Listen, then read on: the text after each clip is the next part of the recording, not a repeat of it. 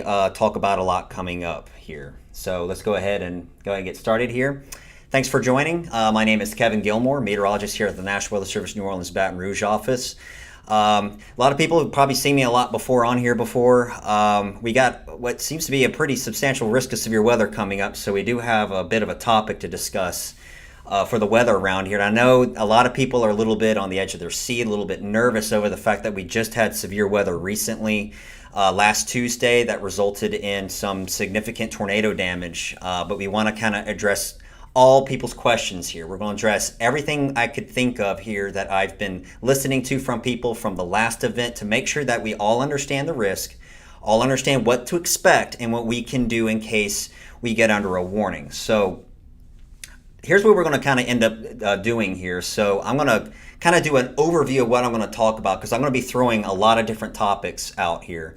So let's go ahead and start. Let's see if I can start it here. So these are the topic overviews of what we're going to be discussing. These topics are going to include, we're going to basically start with pretty much just that, the very basics. We're going to talk about your location. You've probably heard me before talk about maps. Know where you are on a map. Know how to read our maps. How do you understand them so that you can understand the hazards that are expected for your area and then when to take action. Then just some of the basics again, watch versus warning, and then we're going to get into the Wednesday threat overview. We're going to talk about everything in regards to the outlook, the timing, and then we'll get into even some high wind threat out ahead of the severe weather that's going to be occurring during the day tomorrow. That could be impactful. And then we'll wrap it up with some severe weather safety pertaining to specific topics that I want to really hit hard on this, since this is more of a heightened risk or an enhanced to moderate risk of severe weather for the area. So let's go ahead and get started here. First, for people who don't know who we are, we're the National Weather Service New Orleans Baton Rouge office. We're one of 122 offices in the United States that covers southeastern Louisiana and portions of southern Mississippi. That includes coastal Mississippi and southwestern Mississippi. We include major cities like New Orleans, Baton Rouge, cities across coastal Mississippi, Gulfport, Biloxi, Pascagoula. So know that this is where we're going to be talking about the most for this update. We're going to be talking about our area because we can't cover the entire United States. So we pertain to this one single office, but we have neighboring offices as well. So for National Weather Service Lake Charles, they're to our west. So if you have friends in Lafayette, Lake Charles, that area, Alexandria, that's the National Weather Service Lake Charles. Please follow them on YouTube, Facebook, and Twitter. To the north is National Weather Service Jackson, Mississippi. They cover a large chunk of south central, and north central Mississippi, as well as portions of Louisiana and as well. So then we also have National Weather Service Mobile to our east.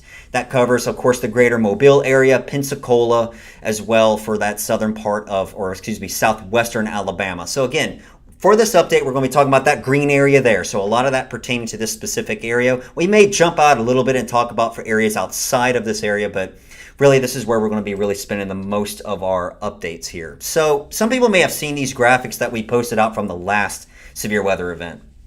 And there's a reason for this. We wanted people to really get a solid understanding of our maps. And I know some of you watching maybe go, okay, this is, wow, I know how to read these, but not everyone does.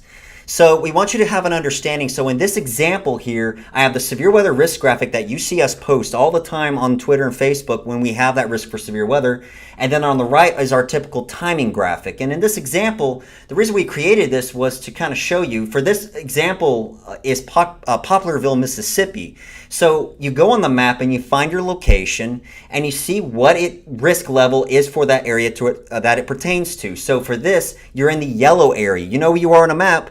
You're on that yellow area. That's a threat level 2 out of 5. And read to the bottom left there. So I am in a threat level 2 out of 5. That is what we mean by a slight risk of severe weather.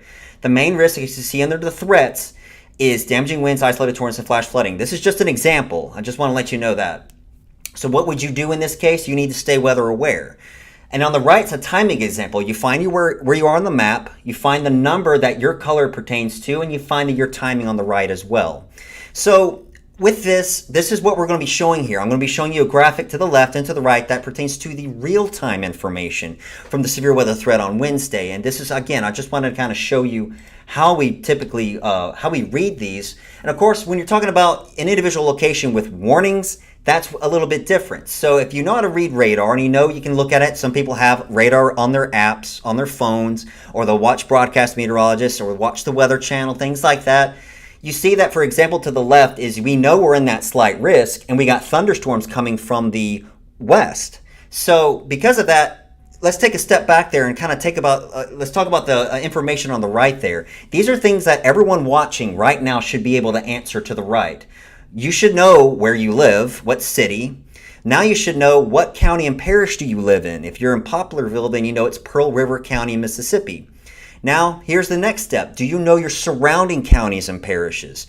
To the west, the south, the east, and to the north, because storms, you can get a little bit of a heads up if they're moving from one county. For example, if these storms are moving from the southwest to the northeast, you know that traditionally for storms that impact central Pearl River County or Poplarville, they usually come in from St. Tammany or Washington Parish.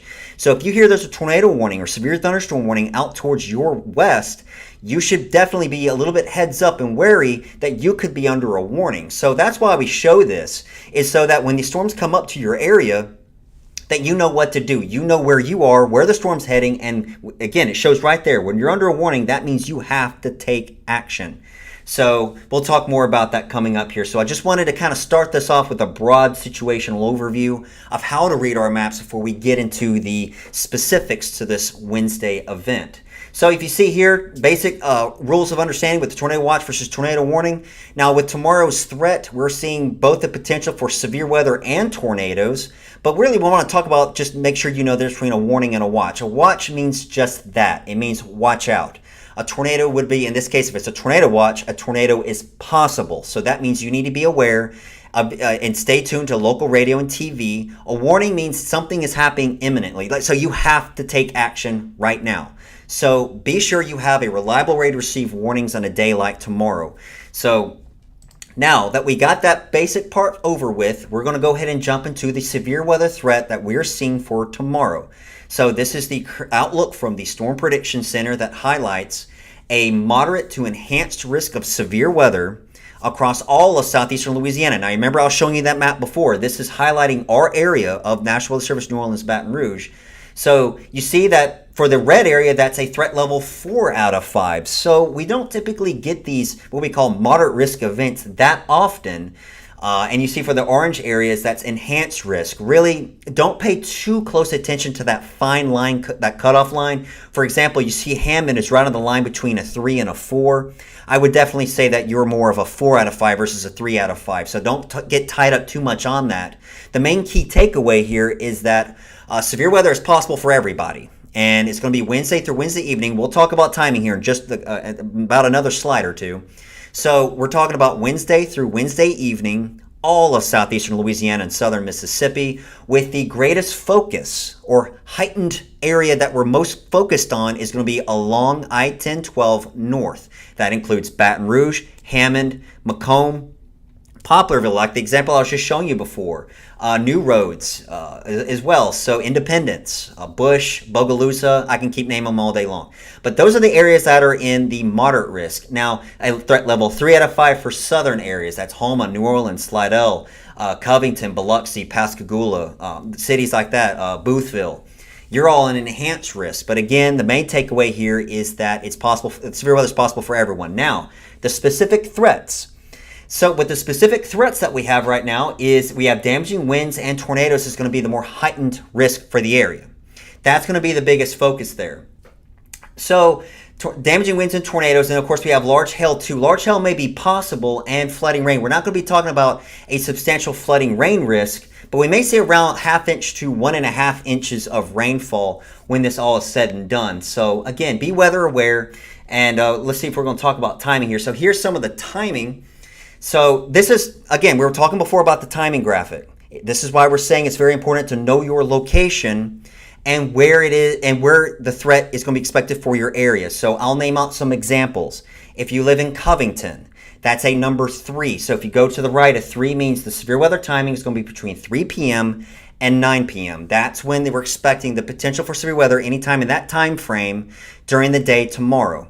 So again, take a close look at this, find your location on the map, and then you'll be able to determine what threat is more specific to your area. So again, this is going to be a fast-moving squall line. We're going to show model guidance here in just one quick moment. But when we show the model guidance, we're going to talk about a little bit more in the details, and we'll go into that in one quick moment here. Actually, tell you what, I'll go ahead and talk about it because I'm not sure if I have the next slide up. So we'll go ahead and jump over and talk a little bit more detail here. Let's see. There we go. So I'm going to show you real quick what we're going to be expecting from what we here at the Weather Service shows numerical model weather guidance. So this helps us to determine what's going to be going on in the atmosphere ahead of time. So these models do all the complicated math to predict what the weather's going to look like, sometimes 24, 36 to 48 hours in advance. So I'm going to kind of zoom in a little bit on this so people can get a good look and people to know that this is what we're looking at on this map is southeastern Louisiana is in the center to southern Mississippi. There's coastal Alabama and the Florida Panhandle. It's in the center of the map. And as we go through time, so now the model is predicting what the radar is going to look like with time. We see that we're going to have what appears to be some type of a squall line, or what we may say is kind of a broken squall line as it races from west to east at a very fast pace across southeastern Louisiana. So you see, this is how that it matches up with the timing graphic that we just showed there. So it'll be racing from west to east. So if people want to know the timing, this is the model's estimate of where the storms will be at 1 o'clock in the afternoon, 3 o'clock entering the far western areas, racing across around 5 to 6 to 7 o'clock, and then continues to race across. Now this isn't exact because each model run is going to be a little bit different than the one prior because it's taking in new information into the models to then compute the future. So it's sometimes not always consistent. However, I will say with this event, I've been noticing models, and we have here, have been noticing the models have been relatively consistent with timing. So the whole timing perspective with this event is relatively confident. So different models have different timings. This is just one model we're showing you here, but we want to kind of show you the mode, the threat mode and evolution as it races from west to east. And as it does, we're going to be seeing what looks to be a broken line of storms, which there could be, if you've ever heard this term before, embedded bow echoes. And those little bows there have the potential of transferring winds down 60 to 70 miles per hour possibly. So be aware of that. That damaging winds are going to be a significant focus for this one, as well as tornadoes. Now, we're expecting there to be a threat of tornadoes, isolated tornadoes, but there could be some, maybe one or two, few strong tornadoes. And what we mean by strong tornadoes, that's tornadoes of EF2 strength or higher, or stronger in that case. So we could have maybe one or two strong tornadoes in this type of environmental setup. So those two threats are probably the most primary things to focus on. Again, we're going to jump back here and show you the timing again. As we show you the timing, again, find your location. If you live in Baton Rouge, that's 3 to 7 o'clock. If you live in Houma, we're talking about that's 3, that's 5 to 9. New Orleans, you're getting kind of close to that 3 and 4, so I would say more towards the later end of that 3, so maybe a little bit past like maybe 6 to 7, getting to maybe 9 to 10 o'clock for your location. So there's the current timing for what we have there. Again, we'll be updating this as it comes across, and when we do, we'll be posting this on Twitter and Facebook. So going ahead here, now we're going to kind of jump into the strong winds that's going on here, the strong wind potential ahead of the storms tomorrow. So we have two threats we're going to be watching here. Of course, the biggest focus is going to be the potential for severe weather tomorrow, Wednesday through Wednesday afternoon and evening. But there's going to be a lot of strong winds out ahead of this system, even before the severe weather arrives. So because of that, we have a wind advisory for portions of the area and a high wind warning for parts of the area as well. So this is in effect from 8 a.m. through 9 p.m. and we could be seeing winds as upwards to gusting at 30 to 40 miles per hour, possibly even sustained 30 to 40 in some areas, with gusts up to 50 miles per hour. This is not the severe weather. This is the winds out ahead of it. So because of that, again, we have the high wind warning that's really pertaining to the area that's most focused for the greatest potential of strong wind gusts. That's going to be pretty much the South Shore. However, we've been seeing some guidance that's trying to poke this up to close to Baton Rouge as well, getting into that higher criteria. And just be aware that for our criteria, we usually issue high wind warnings for sustained winds equal to or greater than 40 miles per hour or frequent gusts greater than or equal to 58 miles per hour. But we don't want people to pay too much attention to the hard criteria. We want people to know that there's still people with Ida damage, storm damage from the recent tornadoes last Tuesday. So there's a very real possibility with gusts like this, we could be seeing some areas lose power ahead of the storms, and that creates a very significant worry for us that we want to make sure people get reliable warnings because of that. So be aware of that, even going into the day tomorrow. So when you wake up tomorrow morning, that's when everybody across the area needs to be weather aware, charge your phones, all that before the severe weather comes across. So here's some of the guidance we're talking about. This is the probability of wind gusts greater than 47 miles per hour, kind of rainbowed out there from some of the greens or lower probabilities to the yellows to reds, the purples are higher probabilities. I tried to put the cities on there to give you a perspective where the biggest focus for some of the higher wind gusts is going to be is, of course, across the South Shore, but that's what I'm talking about. We're seeing with some of this guidance is trying to kind of peek up towards the north, towards Baton Rouge and Macomb as well, where you have Macomb, a 74% chance of seeing greater than 47 mile per hour winds. So that's pretty impressive, and that could in itself cause possibly some tree and maybe some power line damage, some isolated tree and power line damage outside of the severe weather that is going to be coming across later afterwards. So the key takeaway here is with this advisory and warning that is in effect, strong wind gusts can be expected tomorrow. Please secure loose items before you go to bed tonight. Make sure if you got any loose items out that needs to be put up, just put them up. And be careful of traveling, especially across area bridges like the Causeway and Twin Span. It's going to be a little bit dangerous through winds like this. So use caution. And again, this will be primarily during the afternoon, evening hours. And once the storms race across, the wind will be deteriorating. So with the storms moving fast across the area, we're not expecting really high winds behind the front once it passes through. So the weather's going to be improving thereafter through the day on Thursday. So going home, now we're going to go ahead and talk about mobile home safety. These have been some topics I really wanted to really hit hard about that I've seen from previous live updates that I've done before. People who wanted to know a little bit more about this. People say, I'm in a mobile home, what do I do? This is kind of a graphic that was put together to kind of help you with it, pertaining a little bit more towards our local area. Louisiana is ranked 3rd out of the U.S. with the most manufactured housing units. Mississippi is 6th. That's actually a pretty staggering number if you think about it. So if you think about it, mobile homes, they're not solid foundations, and they can be destroyed in a tornado. In fact, pretty much most tornadoes, even tied down mobile homes, can be destroyed in a tornado. So plans and actions you need to take is right there on the right. Make sure you have a plan beforehand. Go to a friend or a relative's solid foundation home before severe weather strikes. Time out the route ahead of time. Make sure you have a reliable source of weather information, which includes a NOAA weather radio. Have severe weather text email alerts from third-party apps. That can help. And remember to take action if you get that wireless emergency alert. We're not doing that to annoy you. We're doing that because there is a threatening severe weather that's expected to be approaching your area. If you don't have time to get to your shelter and get out, we always say take cover in a ditch in a low-lying area. We know it's hard for people to do that. We just do not want you to be trapped in a car, and we don't want you to be stuck in a mobile home when it comes across too, because even the smallest tornadoes can lead to complete destruction of mobile home units. So where do you go? This is another topic for our local area I wanted to hit hard about. Where do you go when sheltering from a tornado? A lot of people here. There's no basements in a lot of these even solid foundation homes. So once you get to a solid foundation home, or if you just have a solid foundation home, where do you go? Always remember, small room, lowest floor, near the center, away from windows. Put as many walls between you and the outside as possible. So if that center of your house might be a bathroom or a closet, that would be the area where you need to go. If it happens to be a bathroom, if you have a bathtub, jump into the tub and put a blanket or a pillow over your head, and even having a bicycle helmet is a great thing to have as well. These are two pictures here that I usually share through spotter classes to talk about how the center of the room does save lives. These were 2 tornadoes that went through these homes, and the center of the house remained standing. So hopefully this is a kind of a take home for a lot of people to have that place. Again, we're not doing this to scare people. We don't want people to be frightened. We just want you to be prepared. That's all. If you get the warning on your phone, or you get the warning through your weather radio, or you see it on TV or through your car radio or anything like that, we want you to make sure you have a plan. Okay, I need to do this.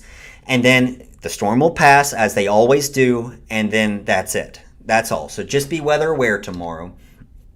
So that's pretty much it there. We'll go ahead and bounce back to where we were. There we go. And again, I want to kind of hit that point, like I just said before, that we're not doing this to scare people. And this is more of a greater chance of severe weather than what we're used to seeing now. Again, we don't want to compare events. I know that's on everyone's mind right now, is the recent devastating tornadoes that hit New Orleans recently last Tuesday. Every severe weather event is different. You cannot compare severe weather events as far as environmental, like atmospheric, how all that lines up. This event is different. This one, from what we've been seeing, has more of a substantial high wind risk with it. That's wind gusts 60 to 70 miles per hour. So that means it could cause widespread low-end tornado damage in some instances. So that could bring down power lines, cause roof damage, and that's not anything you want to be exposed to if you're out and about, especially if you're driving. So I'm going to say in this type of event, you want to make sure that you have a reliable way to receive severe thunderstorm warnings. Now, severe thunderstorm warnings do not alert your phones, but we want you to make sure that you know when you're under severe thunderstorm warning, we may be having high winds approaching your area that could be just as hazardous, if not cause injury or worse. So be aware of that. We'll probably likely be under a watch of some sort, either tornado or severe thunderstorm watch, when this line races across. And we just want you to make sure you have a reliable way to receive warnings. So that's pretty much it. That's pretty much where I'm going to end it here. I wanted to wrap up by right before 9 o'clock. And we'll pretty much, go ahead and stop it here. I'm not sure we'll be doing another update because we're busy here and we're kind of getting ready for tomorrow as well. We're going to be very busy making sure that everyone is safe. That's our job for the Weather Service, is the protection of life and property. And we'll be very much doing that tomorrow just to make sure everyone's safe. And we'll get through it. As I said a little bit before, that the weather Thursday, Friday, and Saturday is looking really fine. Maybe another chance of rain on Saturday, but Thursday and Friday is looking very nice. So the sun will always shine in the back of the end. Always saying it's very cheesy, but once the storms race across, that's going to be it. And again, we'll get through it. Just make sure you have a reliable way to receive warnings tomorrow, and we'll go about it at that. So hopefully this was beneficial for you. Hopefully, again, if you know a lot of the information that I just talked about, and maybe a family member or friend doesn't, spread the word. If someone that you know may not know there's going to be a risk of severe weather tomorrow, spread the word. Help our messaging. We're trying so hard. That's why we're doing this, to get the word out so that people are aware and not caught off guard. That's how people get injured, hurt, or sometimes even we get fatalities, is when people just don't know and it hits them when they're least expected, or they're completely surprised. We don't want people to be surprised. We want people to be prepared for the potential tomorrow and have a reliable way to receive warnings. So we'll go ahead and end it there. Again, thank you so much for joining. Stay safe tomorrow, and we'll talk with you again. All right, thank you. Have a great evening.